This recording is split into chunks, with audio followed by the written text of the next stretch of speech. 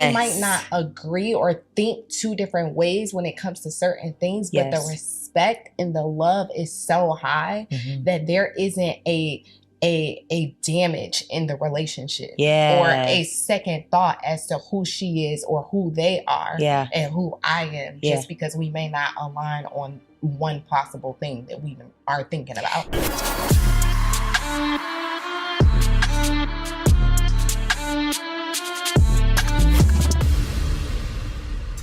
What's up, guys? Welcome back. Sarah Fontenot here, and I am the host of the It's Giving podcast. If you have not yet, please make sure to click that button below and subscribe. Hit the bell so you get a notification every single Wednesday as we continue to have dynamic, fire conversations that are going to create some conversations for you in the home. You're going to have to excuse my voice. I'm still a little bit raspy, but it's okay. It kind of gives me a little pizzazz, a little razzle-dazzle. Anyway, guys, today I am joined by a queen. I am joined by an entrepreneur. I am joined by a boss babe. I am joined by a wife. I am joined by a new mother. I cannot wait for all the gems that she is about to drop. Just having girl talk on this couch. Can we please give it up for sJessicaLaine? Oh my God. Hi, beautiful. Hi, beautiful. How are you? I'm amazing. I'm so happy you're here. I'm even better to be sitting here with you. Okay. Yes. So I have to ask you, if this chapter of your life were called It's Giving blank, and you have to fill in the blank, what would it be called? And you have to say it's giving. It's giving success. Oh, what kind? In all aspects. Like, honestly, I feel like right now, the space and the place that I am is everything that I prayed for. Yes. Like, everything, and everything happened in the timing that it was supposed to happen. That is like, I'm literally thinking, okay, what's going to be my next big thing? Because in this moment, I'm so fulfilled. Ooh, that's so good. It's like I'm genuinely happy. Yes. It's crazy because it's almost like sometimes I get afraid to be so fulfilled because it's like, ooh, we're either in something, going into something, coming out of something, like that cycle of life. So it's like, oh, what's next? You know, like what's going to be the next challenge that takes me to the next level? So you're a new mom. Yeah. How old is your son, Legend? 9 months old. Oh, baby wear. Can we just baby wear? Every time I see you, I'm like, golly. Yeah. How did you snap back? Goals. You were just like, I'm doing it. Just that one. Like, I'm talking about as soon as my baby delivered, I asked the hospital for a, what's it called? Like a bandage. To wrap my stomach up. Wrapped it up immediately. Yep, I've heard about that. Slept in it, did not take it off. I was not playing no games. Girl. And then as soon as I was released to work out, your girl worked out. It was in the gym. Nutrition was on point. Come on. I was not playing no games because I feel like once you get behind, it's 10 times harder to catch back up. So true. Yeah. So true. What has been the biggest shift for you inside of being a mom? Like, or were there any challenges going from not being a mother, being, fiance, wife, into becoming a mother? Absolutely. One, balance. Balance. And the reason I say that is because I was so much of an entrepreneur, but I was so in my business. I was just trading, inspiring people, moving, working, all of these different things, traveling. And then I had Legend. Yeah. And I can't just go and leave whenever I want anymore. I can't just hop on a plane to go here or there. Sometimes even when it comes to Zoom calls, like if he's not feeling it right now, then I might need to like rearrange my timing, my schedule, so forth and so on. But here's the utmost important thing in my life. So it's like, I don't feel it. Yes. I don't feel it as a burden to do. Yes. Oh my goodness. I haven't experienced motherhood yet. Maybe I will. Maybe I won't. Who knows? I'm open. Speak it over you. Okay. I'll take it. But I sometimes, I feel like I hear all of the good parts of motherhood. Like I hear, this is the biggest joy that I've ever had in my life. And like, I feel like I'm looking at a little me, and you only ever hear like the good things, except in my family. My family's like, these kids gonna stress you out. You're gonna be tired, like all of those types of things. What do you think the biggest challenge has been for you going into motherhood? Well, so this is the thing. I feel like the people that complain about motherhood aren't necessarily in the place where they were aligned to have a baby at that given time. Ooh. Because most people that I feel as though their babies are burdens and things, they're either financially not secure. Yeah. Or they're not in a stable relationship, where it's like all of these different factors that go into is way more than just, oh, I'm a mom now, so my baby is causing this burden. Yes, you know what I'm saying? Yeah. I feel really, really aligned. Yes. But if I had one challenge, like I said, it would just be the fact that I have not been able to give so much to my business. Yeah. Right? Because we have these goals of like, achieving. Yes. Achieving and reaching. Yes. Striving and progressing. Yeah, absolutely. Do you feel like that you've had to put that, well, I know that you have to have put a lot of that on the back burner. Absolutely. Has that shifted your identity? Because I feel like sometimes we get into these roles, right? It's not who we are, but it's what we do. Now, one of your roles is mother. One of your roles, that you are planning a wedding. You are going to be married. And so inside of that, do you ever feel like you lose a little bit of Jessica? Yes, especially at the very beginning, because it was so new. Now he's 9 months. I feel like I've had time to like bask in it. But when he first was born, it was one of those things where it was just like, okay, wait, so I'm not supposed to be on a Zoom call right now? Okay, wait, what? Like, I'm not trading right now? Okay, like the very strategic, organized person that I am. Got thrown into complete chaos. Yes. Because with a baby, there's no schedule from the beginning. Right. So that was out. If you say a challenge, it would be that. Yes. Sheesh. I literally, I can't even, I can imagine, but also, and it's different because, you have the finances to have help, right? You've obviously achieved a lot inside of your life. You've created that success, but even inside of that, it's almost like, I don't really want to trust my baby with a lot of people. Go ahead. That is it. Yeah. That is it. And that's all of it. Like, even though I have the means to have a nanny or someone come into my home, I don't trust anybody. Girl. One, in my house. But then 2, with my baby. Like, I don't know, like my space is so sacred and safe that it's like, external influences, I don't really like in the midst. You just never know. You never know. And people are crazy. And you hear these stories. Crazy. I heard this story. You talk about stories. I heard this story of this one nanny. She had just had a baby and she was literally breastfeeding somebody else's baby. Oh, I have goosebumps. Oh, how'd they find out? Girl, camera. She hid a camera because she said that her baby was no longer nursing her. Nursing from her? Yeah, at all. The baby was no longer nursing from her. She just noticed the baby's patterns and the baby would cry for the nanny more than her. So she was like, what's going on? She hid a secret camera and literally saw her nursing her baby. Oh, shambles. I would be in see, those are the stories you hear, and it's like, I'm not. That's the story that makes somebody get killed. Right. That's what I'm saying. You trying to disappear? Because look, what's this? This is terrible to say, but the whole acid thing in the tub, like we might have to yeah. Oh God, that is just terrifying. So it's just like I know that I am a mama bear. I know it. Like grizzly bear. Girl. I could be mama bear or grizzly bear. Yes. Depending on how you try to play. All of that. Yes. Wow. Speaking of stories, we were chatting kind of before the podcast started and we saw a celebrity talk about how it is okay for women to pay all of the bills in the house, even if the man can only pay a light bill. It's okay. What is your take on the level of provision in a financial aspect from your partner? Michael pays for everything. Girl, yes. I mean, we still are a team. And that's one thing that I can just truly appreciate. He knows how much money I make. And he doesn't ask me for a dime at all. Now, anytime it comes with Legend, like I pay for like Legend's medical stuff and stuff like that. Like, I mean, but mortgage.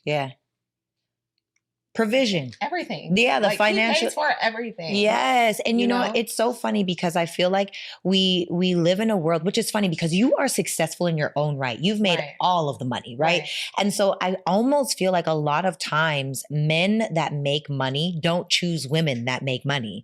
Oftentimes they choose women that don't make money so that they're needed on a subconscious level. So number one, that says a lot about you being able to be in your feminine because you don't throw your money around like, you know, know, oh, I could do this all by myself. Amazing. But number two, I actually feel like it's more challenging. It can be more challenging for women that are successful to attract successful men because it's harder for them to get out of the armor of, I don't need you, but I want you. Have you seen that kind of inside of society? Yeah, I definitely have. I even saw in my relationship with Michael from the very beginning, but it was really just an understanding. And again, I'm probably going to talk about alignment so many times. Good. Yes. Because we were just aligned. Yes. Like, it just happened. We weren't looking for it. Yeah. It didn't, like, it just happened. Yes. I really can't even explain it. It's like, I checked off when you asked me, what is it giving? And I said success. It's because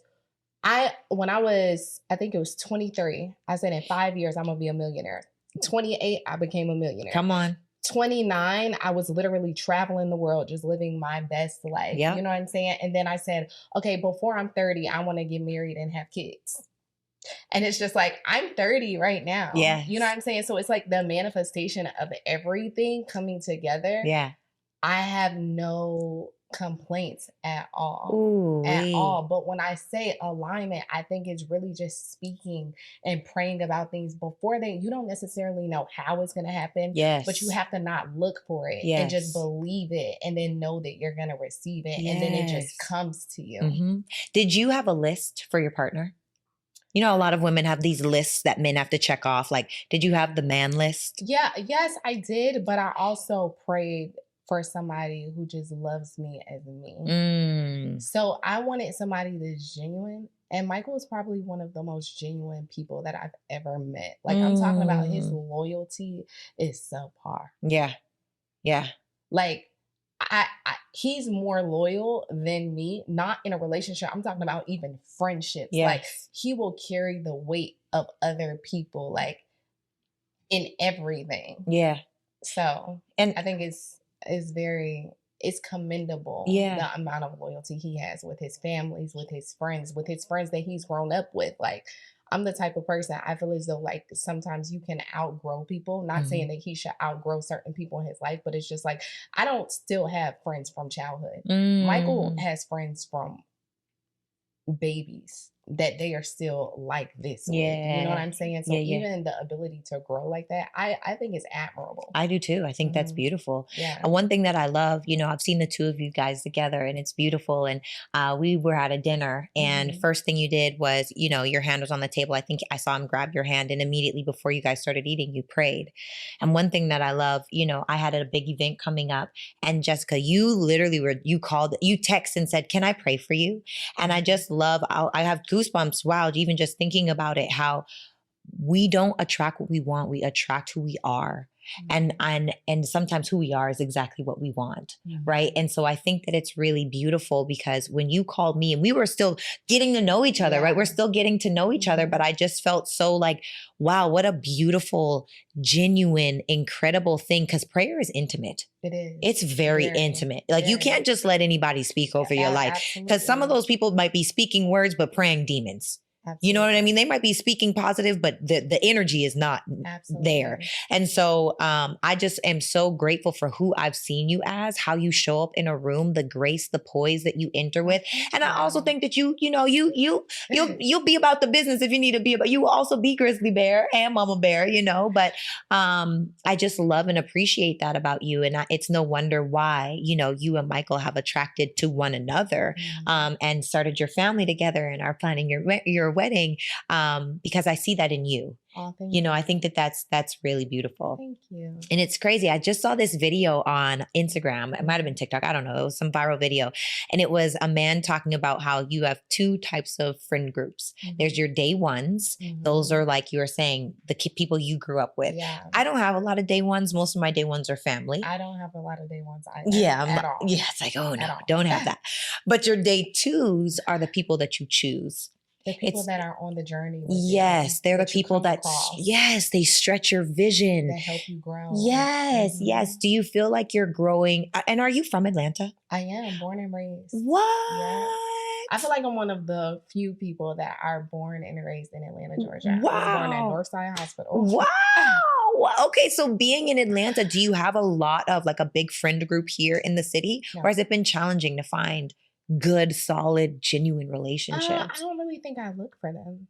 I don't look for them. I have two very, very close friends. Mm-hmm. Um, and they're my tribe. I don't really think I try to reach outside of that because I think that the relationships come organically. I don't think you should ever try to Agreed. find because that's when you just stretch for something that's not Yes. authentic, Yep. not genuine. Yep.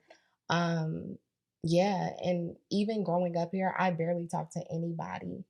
It's I think that safe. it's just, and not even that. I think that so many people are just certain seasons. And I got reminded of this actually around Investments Weekend. Like I had, well, maybe I'm speaking too left. It's okay. It's okay.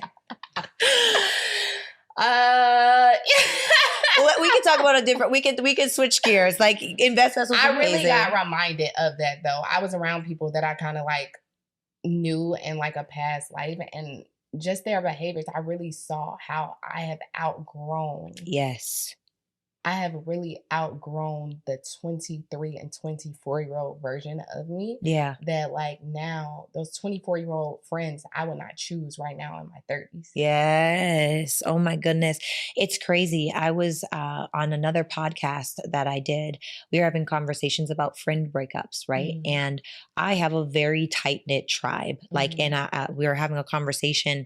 I was talking with my sister and one of my best girlfriends. They were Mm-hmm. all in town for my event. And I was just acknowledging how I'm very inflated around me. Like my tribe protects me. We protect one another. Where if someone were to say something negative about me or someone were to try to it doesn't get to me because they protect me from what they hear. Mm-hmm. And it's only been when I've opened up my circle to people that haven't really earned the right to be inside of that space where they allow, it's like the broken chain link, right? Absolutely. They allow for things to get in that never were getting in before. And now I'm over here questioning myself, like, is it me? Like, what is my problem? What is my issue? And so I do feel like I don't look for friendships, but it does have to be organic. Mm-hmm. And I am open to, I'm open to being hurt because it's like, it's going to happen. People do people things. But I think when it's rooted in the right place of we're not trying to do it, it's not malicious, but we have aligned core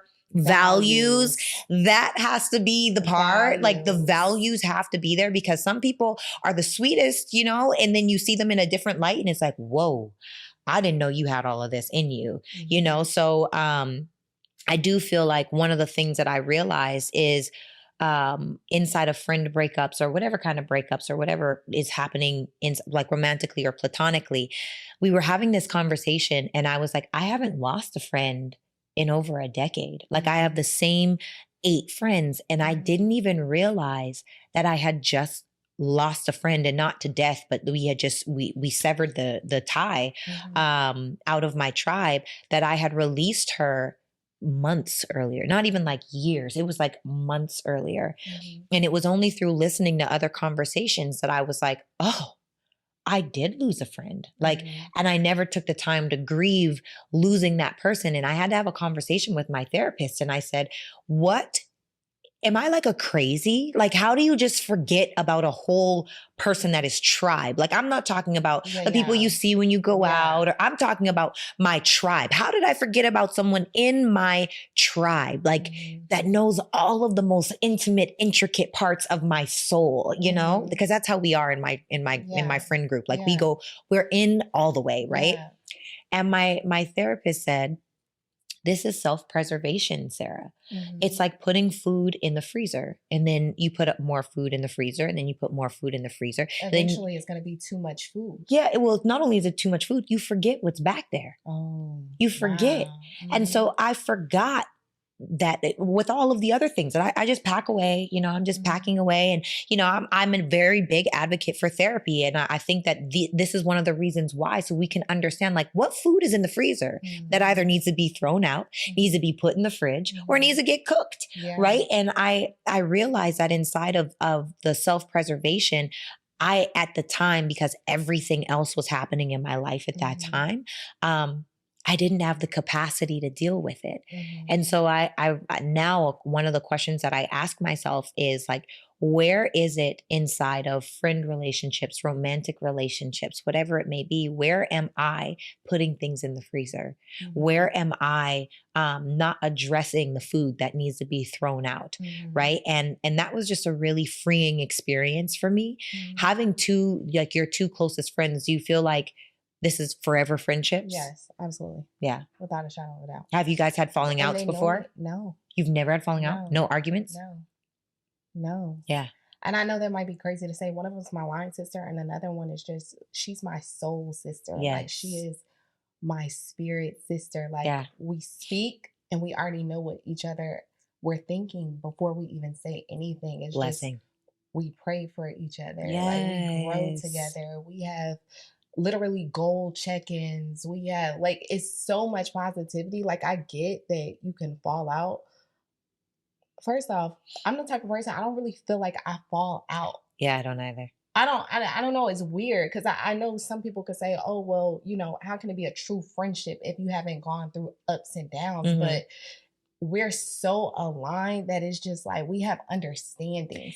That's we might have disagreements. Yes. We might not agree or think two different ways when it comes to certain things, but the respect and the love is so high that there isn't a damage in the relationship or a second thought as to who she is or who they are and who I am just because we may not align on one possible thing that we are thinking about. Yes, I agree with that so much. I call that come from.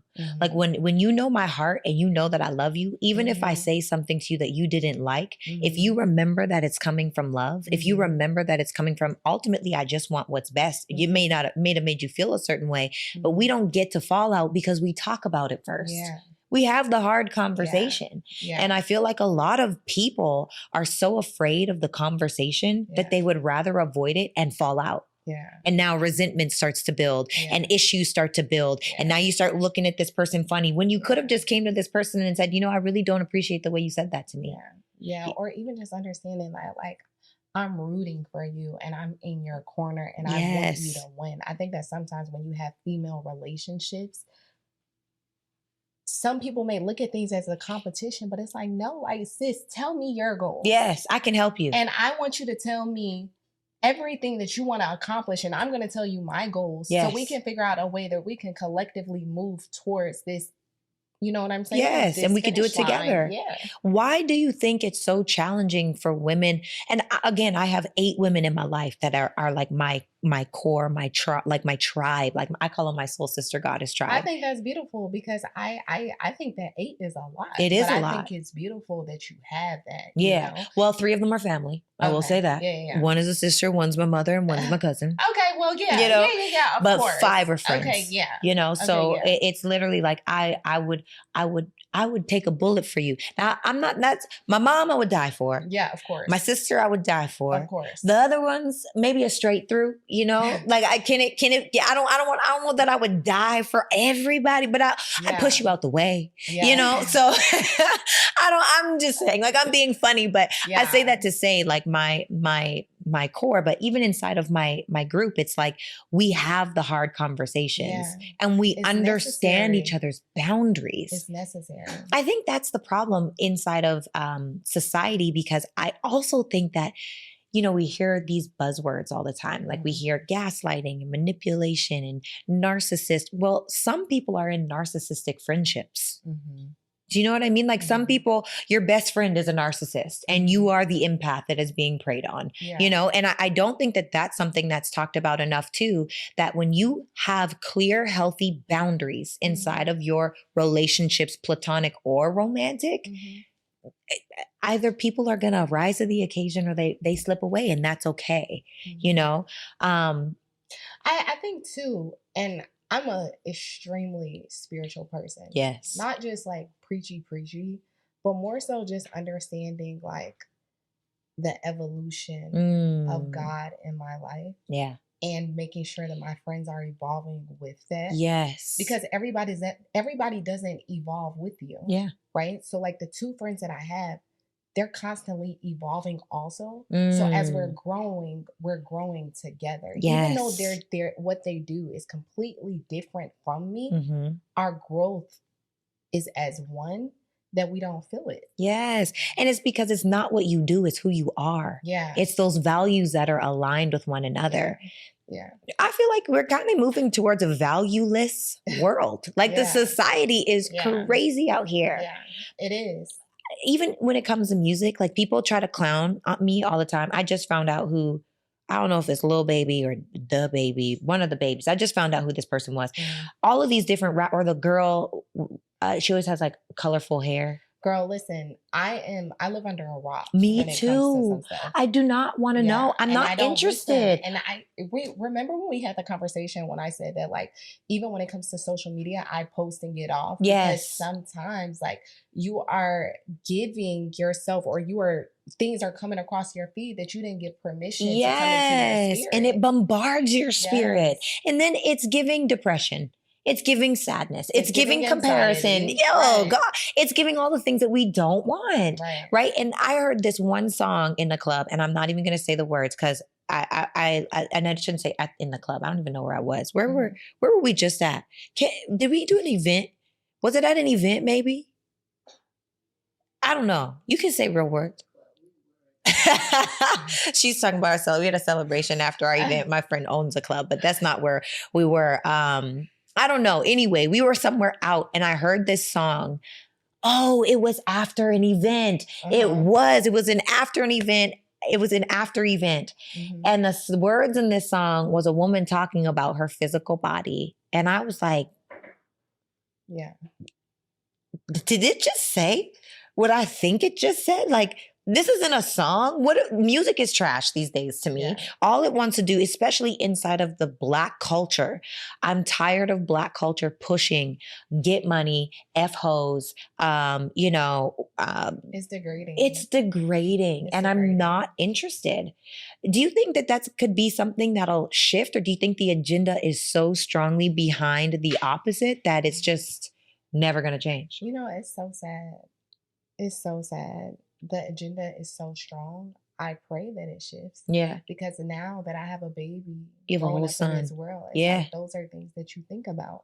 You know what I'm saying? Yes. Like, what will he be exposed to that I didn't allow him to be exposed to, but that he found on his own? Yeah. School, friends, parents of friends, being in the mall,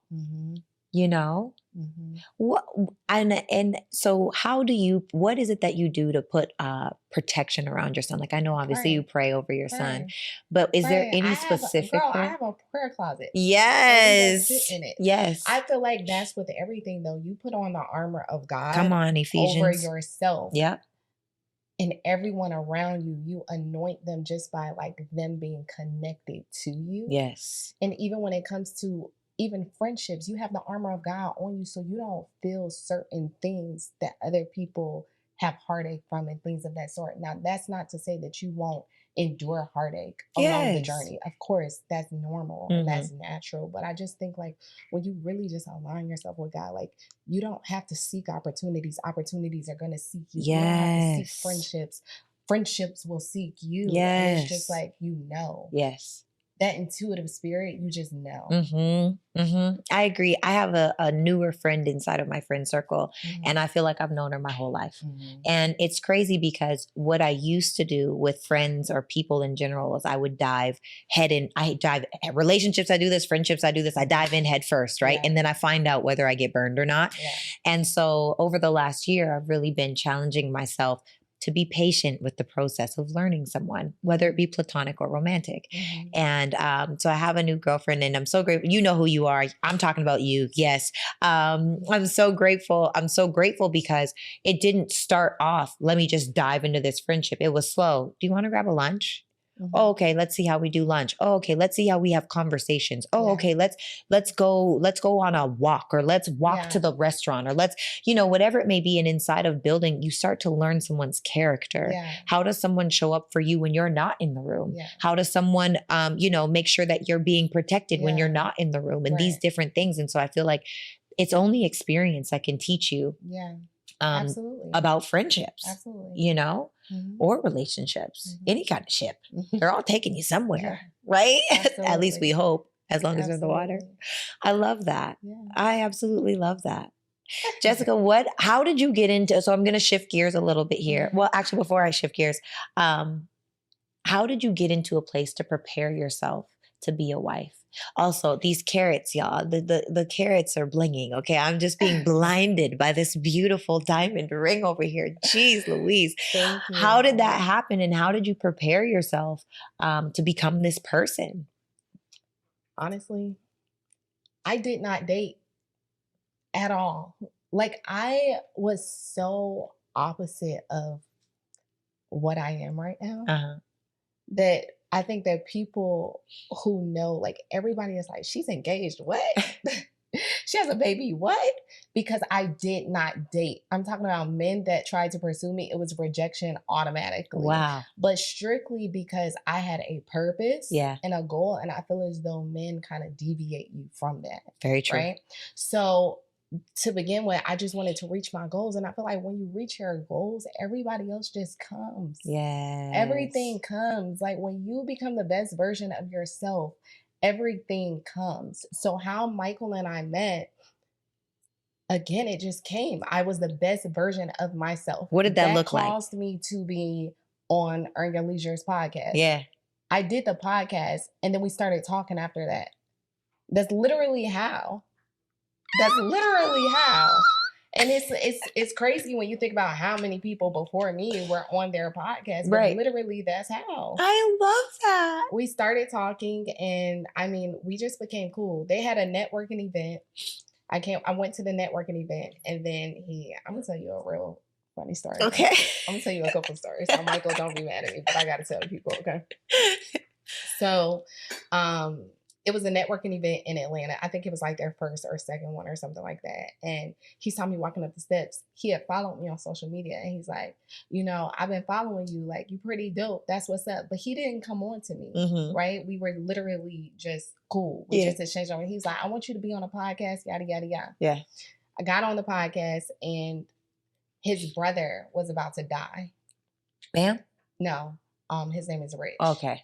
His brother was about to die, and I just started praying for his brother.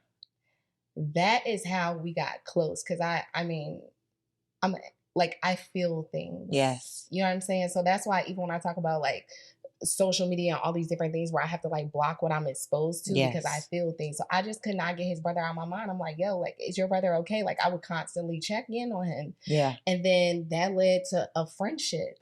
And then he looked into my business. He was like, you need to do this. You need to do this. You need to do this. So he just started giving me like business advice.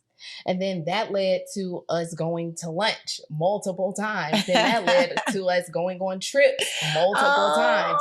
And I will never forget. We were at a restaurant and he was like, you're going to be the wife and the mother to my kids. I was like, I'm not going to do that until I got $1 million liquid in my bank account. Come on. Like, it's one thing to touch $1 million. Yeah. But it's like, to keep $1 million and to have it liquid is a whole different thing. He was like, you'll have that by the end of the year. Let's go. I literally had it in a month and a half. He revamped everything like in my business. And in a month and a half, I had it. And then he was like, so you gonna let me lead you now? That's literally how it happened. He said, so you gonna let me lead you now? Yeah. Well, he proved himself to be a leader. He had this thing. He was like, you got to let a man lead. You got to let a man lead. And I was like, you got to give me something to follow. Yeah. Yeah. You have to. I got to know where we're going. I see what happened here. It's a wise man. Yeah. This is great. Yeah. So what I'm hearing, and I say this all the time, I've had these conversations, is most men these days don't have a lead, but they expect you to follow it. Mm-hmm. This is a real lead. You followed it and it worked. It did. It did. And now y'all got a baby. We do. You planning a wedding. I know. Guys, she also, I just want to celebrate you, Jessica, for saying $1 million liquid. Yeah. That's next level. First of all, a lot of people don't have $1 million liquid. Yeah. Most people, that's like what, 0.0001%, right? Of America. Because the top 1% is only $427,000 a year. So just some, context to that. But what I love about that is, I lost my train of thought. That inside, okay, wait, I'm going to get it back. Okay. And I'm back. Oh no, and we ain't cutting nothing. We gonna keep that right there because I'm a human, okay? I make mistakes. And my brain does a squirrely thing where it just goes in 1,000 different directions. But I love that, number one, you allowed yourself to be led. Mm-hmm. I saw this podcast that said, weak men make women masculine. Mm-hmm. Strong men allow women to be feminine. Mm-hmm. And it blew my mind because in one of my relationships became masculine, and not masculine in the sense of let me take you and control you and move you this way, but controlling in the way of I don't trust the decisions that you make. Yeah. I don't trust the way that you move. I don't trust your lead, and I do good all by myself. So I do well all by myself. So I don't now I'm trying to I'm creating space and differentiation instead of us building towards being one, because I didn't trust, which is why that relationship didn't last very long. But I say that to say, was there anything that you had to do for you to just drop into your feminine to take his lead? Or was it just it was just innate because he was being who he was? It wasn't innate. It wasn't? It was not. It was not innate. We had many, many conversations because, I mean, when you're single for so long, and when you're grinding for so long, and when you've accomplished a certain amount of success by yourself, to now integrate, even though he did prove himself, it's just like you're so used to and accustomed being this way. Mm-hmm. So then I had to now learn. I mean, I even had to learn. I had to learn how to cook. Because it's not that I didn't know how, I just didn't like to. I didn't have a woman that's always on her shit. Don't have time to we eat out every day. Kitchen for hours. Girl, I eat out every day. I did not want to. It wasn't fun. Who wants to just sit and get my arm burned by some damn grease popping up? So many different things. But it's he told me what he wanted. And I told him what I wanted and what was necessary for me. And so I feel like communication is key also. Yeah. And me understanding his thought process and understanding your partner too is really important. A life hack. Because even when you talk about trusting somebody, I had to learn, there are some things that I lead in, for instance, prayer. And God, Michael was born Catholic, so his understanding of religion is different. Wasn't like mine. And then I, at the beginning, used to pray God, okay, is this the person for me? Because technically, he's Catholic, even though that is a form of Christianity. Is are we I don't want to always be leading the prayers. God, okay, if a man is supposed to lead me, he's supposed to lead as the man under God. So it's God, man, woman. Mm-hmm. So if he's not leading me in my spirit, can he truly be leading me? So that was something that I really had to sit down and evaluate and talk through, and something I struggle with. I talked to my mom about it day in and day out. But Michael's heart was willing. And now it's even at the point where it'll be sometimes he'll be come on, we're going to church this Sunday. Or he'll be every single morning I pray, every night he prays. Yes. Together. Yes. Oh, that's so beautiful. Because I remember, I remember this it was yesterday. We wrote down all our goals. I think this was the beginning of 2021, 2022. One of them. Okay. We wrote down our goals, and I put under his get closer to God, right? So we have these big sticky notepads of all our goals for the new year, right? Yeah. And then we have our short term, our long term, so forth and so on. Mm-hmm. One of his friends comes over and he saw it. He was get closer to God. That ain't happening. Oh. I was you can leave. Right. And then I talked to Michael and I was yo, what's I feel your friends, I feel people are the adversary because I'm trying to bring you closer and they're so opposite. But it's he's yo, these are the people that I grew up with. I can't help that that's their thought process. As long as I'm trying and I'm working and I'm willing, then that's what you need to pay attention to. Right. So that was something that even in my heart, I had to really, you know, us women, it's if you're going to be in the circle, I mean, technically, I'm the one in the circle because, like I just mentioned, his friends were from childhood. But it's like I see so much growth in him. I see it's like you see the person that you are, but then you can see the person that you can become, right? And even though you respect and love the person that you are, you always want anybody that you're associated with to evolve. Yeah. But if people aren't constantly wanting you to evolve with them, how can two walk together unless they agree? Right. Oh, period. Sheesh. And so that, to me, I'm hearing patience. Because no one comes perfect, including us, right? Yeah. Like we know that we all have our things, but I love that you didn't allow, that wasn't like it's not even that you're compromising, it's that you're being patient. And I think there's a difference because obviously being spiritually led for you is very important. It's important for me too, right? Yeah. And so inside of that, it's not saying, oh no, you don't have to be spiritual. It's saying, I understand that we grew up different and I'm patient enough to observe enough to see if you're willing to do the growth. And because he was willing to do the work, it was like, okay, yes, this makes sense. He bought a Bible now. He wants to do Bible study. It's like, as long as, like, I had to see that first. You know what I'm saying? Even as somebody to be my child's father, I have to know that you're growing this union correctly. Yeah. And I have to know if we're even going to have a relationship, if God isn't in the midst of that relationship, what are we doing? Right. Period. I agree with that. That's powerful. Jessica, this is so powerful. Girl, you just, and I feel like a lot of us, especially being a successful woman, we get so caught up. It's almost like, and you're beautiful. Okay, so here's a question. Did you ever feel like, because you are so beautiful, you are so beautiful. Thank you. Yes, thank you so much. That because you're so beautiful, you almost had to go harder to prove. Because I know for me, like in my experience, there were times where I would pull up to a mall or I pull up to wherever in my car and someone would be like, oh, who got you your car? Yes. Who got you? What's your sponsor's name? Let me tell you. What team does your man play for? Do like, you know, even with my Lamborghini, girl, I bought that by myself, cash, before I was with Michael. Girl. How many people just think that's not my car? Right. I'm just like, no, but it is. I paid for it by myself with my work ethic. You know what I'm saying? Yes. So yes, that's definitely a very real thing. I don't really let it get to me, but that's definitely a real thing. I would say more so from white counterparts more than anything. Like if I pull up to a valet or something like that, they think it's a man's car. They're like, oh, who got that for you?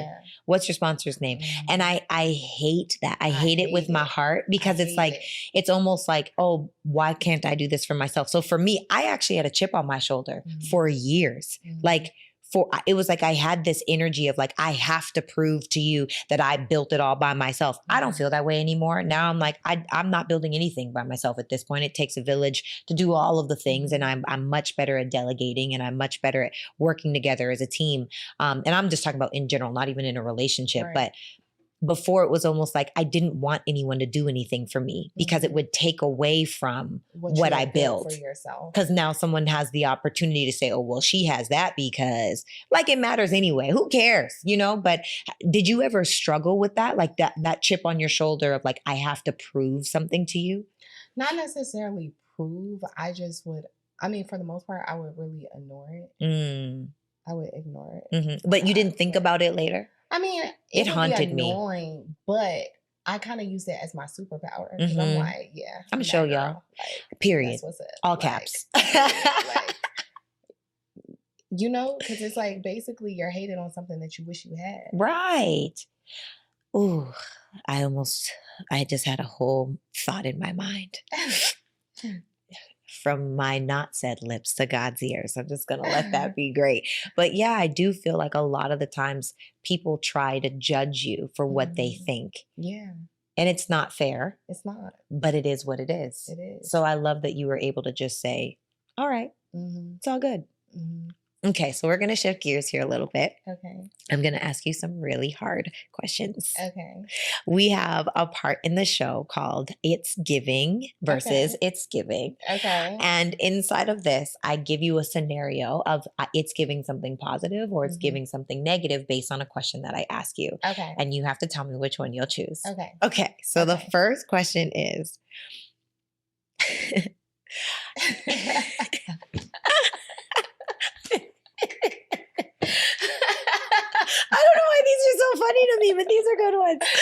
cigarettes. Okay. If your husband says, we have to leave in 1 hour in order to be on time, and then he runs and you do everything that you can and you are ready, and it was a struggle, like hair done, makeup done, outfit chosen, 1 hour, and you have to leave, and he's really pressing you about how you got to leave, you got to be on time, and then he takes 45 minutes longer after that, it's giving, I just rushed my whole face when I could have really took my time and you gonna hear about this later. Or it's giving, I love my man, but damn, he is so slow. It's giving the first one. Oh, yeah. Definitely the first one. You got me effed up. You got me effed up. Can I just say, I hate being rushed. Yeah. I hate it. I hate this, like the bane of my existence is being rushed. Yeah. And when I get ready, I'll be in the bathroom. Like when I do my makeup, I'll be in the bathroom. I'll have music playing in the background. I am chilling. It's a vibe. I am shifting the atmosphere. Okay. I am like getting it together, hair done. Like I just enjoy it. Yes. But when I'm rushed, it never ends up right. Yeah. It's just, it's always bad. Yeah. It's not great. Yeah. Okay. Definitely giving the first one. Yeah. Okay. Yeah. Has that ever happened to you where he's like, be ready, and then he takes longer? No, he's always super fast, but it's a man thing. The annoyance of it. Well, actually, when he has to walk his dog and I'm like, yo, like, why do you been do that? Like, come on. What are you doing? Could have done that 30 minutes ago. Yeah. Okay. I love it. Okay. The next one. You need to go run an errand. And there's no gas in your car, but you drive home because it's late. Your husband knows that you need gas in your car, but he doesn't fill your tank. It's giving, does my husband love me for real? Or it's giving, I can put gas in my own car. Actually, Michael bought me a Tesla just so I do not have to get gas, and he literally bought a home charger. So when I drive home, all I do is plug it up. But prior to small flex, I bought an AMG by myself prior to all of that. You better talk your stuff every Friday. Oh, I love that. Can I just tell you the nuances that I miss about relationships with a man? Like, my relationship before my last, that was the most feminine, the most safe, the most secure I had ever felt. I walked away from that relationship. Great guy, just not my guy, right? But I got to get glimpses of what I'm excited for in a relationship. And I do feel like that's what relationships are about, getting glimpses of like what and who your person is. So you learn what you like and what you don't like. That's when I was baking bread for every week, making his favorite. I was in the kitchen, girl, whipping it up in the kitchen. The one that you love, you will be in the kitchen. Oh, I was in which is funny because my second ex-fiance used to want me to cook, but because it was an expectation, I was like, I don't want to cook for you. You said ex-fiance. Oh, I've been engaged twice. Oh my God, what happened? Or can we not give? No, it's giving evolution. You know what is funny? That person. Well, first off, let's just say twice she's been a wife. She is, always will be.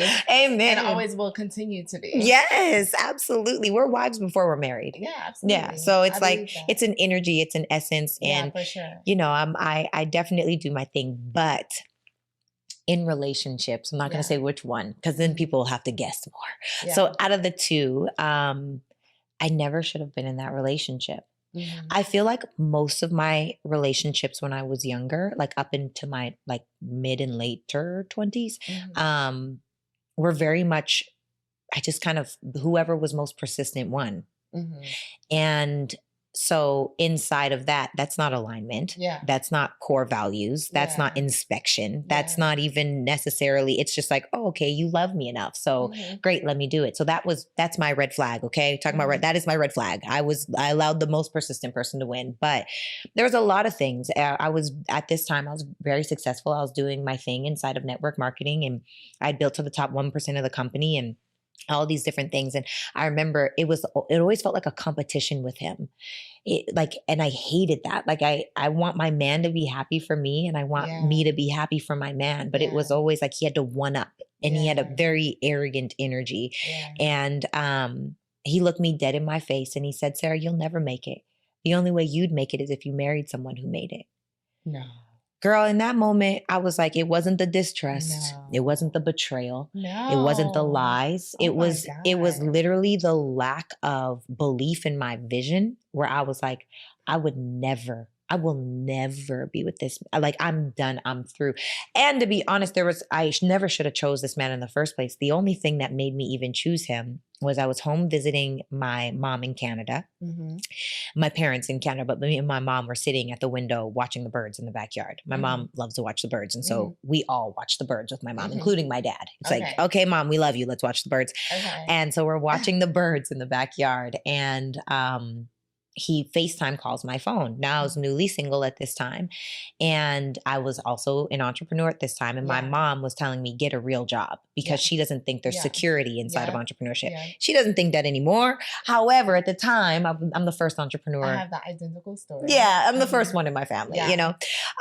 So my mom, he FaceTimes me and she's like, who's calling you? I was like, oh, this guy, he's trying to talk to me or whatever. She's like, answer it. I'm like, okay. So I answer the phone. Now he's very good at schmoozing people. Now I'm the baby girl in my family, okay? The baby girl. Okay, I have a little brother. Wow. Yeah. What? Okay, keep going. So my family, they protect me to a certain extent, but also, you know, I know what I know.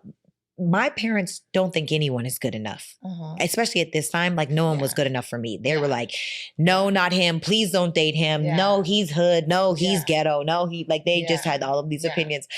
And long story short, he schmoozed my mom. Wow. And so for the first time in my life, after having that conversation with he was a director of sales at the time, which my mom is in corporate. So she's like, he's financially stable. Now that it's like, that's fine. Okay. Anyway, I'm not going to go down that lane. So he was a director of sales. My mom was like, what came out of her mouth was, I like him. My mom doesn't like anybody. So immediately it crumbled my defense. Because he had been trying to date me for like 7 years. And I was always like, no, he's too flashy. No, he's not my type. No. And then my mom said, I like him. This is a lesson for those of you at home. Who cares what the people around you say? You know in your heart, okay, whether that person is for you or not. So I did not listen to my heart. I listened to my mom. And well, I didn't listen to her. I just lowered my defenses, and then I allowed myself to be schmoozed. And so, that happened. It was such a beautiful experience. I learned a lot about myself inside of that too. And it was like a public, that was the first time I had a public failure of a relationship on social media. And it's crazy because we were every hashtag, girl. We were Black love, power couple, Black excellence, relationship goals. But in real life, it was really quite toxic. And so I allowed social media to keep me kept inside of something that I knew wasn't good for me, because I had to keep my image up. For me at the time, perception was so much more important than reality. And now I don't care anymore. I'm like, no, if it ain't real, I don't want anything that's not real. Not in friends, not in lovers, not in business. If it's not real, I don't want it. But at that time, it was very much the perception. It was very much, I needed people to know that I was success. I don't care what you know about me. Nobody could articulate my life right now anyway, unless you're in my tribe. You couldn't correctly say anything about my life, right? So, because I'm very private. So, I've been engaged twice. And my last relationship had asked my dad for permission to marry me in front of me, which was weird. And in front of my mom, which was also weird. That is weird. Yeah, strange. All the things. But for me, getting married is easy. It's so easy. Like, being in a relationship is easy. I feel like I say this on every episode. Like, being with a person. In a relationship is hard. No. It is, because it's like the correct ones. Yes, I agree. The correct ones, because it's really just, it is the prerequisite to the marriage. Yes. Most people just have warm body syndrome. They need a warm body at night. They need to not come home and be by themselves. Most people can't sit with their innermost thoughts. Most people don't take the time to understand who they even are, what makes them tick, what makes them happy, what makes them angry, what works. And because of that, that's why most marriages end in divorce. You know, so I just so strongly feel like I would rather have the life that I live that is fulfilled and joyous and valuable. Like everybody in my life brings value into my life. I had this event, an intimate event happen, and one of the speakers said, make a list of all the people that add to your life and then make a list of all the people that subtract from your life. I didn't have anybody on the subtraction list. Not anymore. That's beautiful. You know, That's beautiful. because I don't allow. You don't allow it. I just don't, you know? You don't allow it. And when I am human and I have those moments of like, oh, I'm kind of trash bag today. Or that person was kind of, then I learn, like sometimes I hold on to people a little too long, but when I let them go, I let them go. Right. And I never look back. Right. You know, so yeah. So last segment of the show, I have a question for you. Okay. I know you like to read. Okay. I'm guessing I already know the answer but I hope you give me 2 of them. Okay. What is your favorite book? What book has changed your life and why? It's a book called Draw the Circle by Mark Batterson. Okay. Have you read that? No. Oh, okay. You should read that. Going to Audible right now. Draw the Circle by Mark Batterson. And then it's another book called No Excuses by Brian Tracy. Oh, that's a great book. Yeah. I've read that one. That's a great book. I just saw you post about Outwitting the Devil. Yeah, that's a great book. That's also a phenomenal book. Yeah, that book changed my life. Yeah. Yeah. I mean, honestly, I have a lot of favorite reads. Me too. Really. I have a lot of favorite reads, but I feel like devotion wise, Draw the Circle. You should definitely read that book. It's a devotional? Oh, it's a 40-day prayer book, but it's not like a regular devotional where you have like the scripture and then that's it. It's like literally stories. Can I get it on Audible or do I have to buy it from a store? Like a physical book? Should I get the physical book? I mean, I always like the physical. Okay. I always like the physical. I like both. Write it down and underline. Yeah. Some books that are like really, I'm a really big fan of Dr. Joe Dispenza, and he has like Breaking the Habit of Being Yourself, Becoming Supernatural. Anyway, phenomenal writer. For his books, I listen and read at the same time. So I'll play it on Audible and then underline the book while I'm going. Yeah. So it's pretty great. Yeah. Yeah. I love. Well, really, I love personal development books. Yes. I love spiritual books also, but some personal development books, like for instance, Atomic Habits, like I feel like it's very redundant. Agreed. In some places, like I feel like Brian Tracy's more, and even Napoleon Hill, like the writing is so deep where it translates throughout the entire book, different facets. Yes. But like Atomic Habits, it's like the same thing over and over and over. So like I've read so many personal development books, but like I can't really say they're my favorite. I agree. And I think it's because, I think it's because on Audible, in order for your book it has to be a certain length in order for whatever. So I feel like what most people do is they find the stories or the testimonials that they tell to prove the point. But after the first testimonial, we get it. Right. Okay. It works. That's the note to self. It works, you know? Right. Goodness gracious. Anyway, Jessica, I loved having you on the show. We got to have you back because there's so many things that we could talk about. I know, oh my gosh. Yeah. There's so many things that we could talk about, but I want to say thank you so much for blessing the audience. Of course. I feel like this is the first podcast that I've ever done that wasn't just about my business. It was actually like getting to know me. Yes. That's what we do here. On It's Giving the real Jessica, okay? It's giving the real Jessica. It's giving evolved. Yes. It's giving mother. It's giving philanthropist. It's giving just love and being loved and giving love. I just love her. It's giving blessed. It's giving all the things. Sarah. I receive that. I receive it. But guys, thank you so much for joining us on another episode of It's Giving. If you have not yet, please make sure to click and get subscribed below. Hit that bell so you get a notification every single Wednesday. This podcast is focused on creating dynamic, healthy, healing conversations inside of your home. And again, if no one has told you today, you are freaking phenomenal. Bomb.com. Nothing can stop you but you. So you got to do something about it. Thank you guys so much for joining us today. I'm so proud of you. I need you to keep doing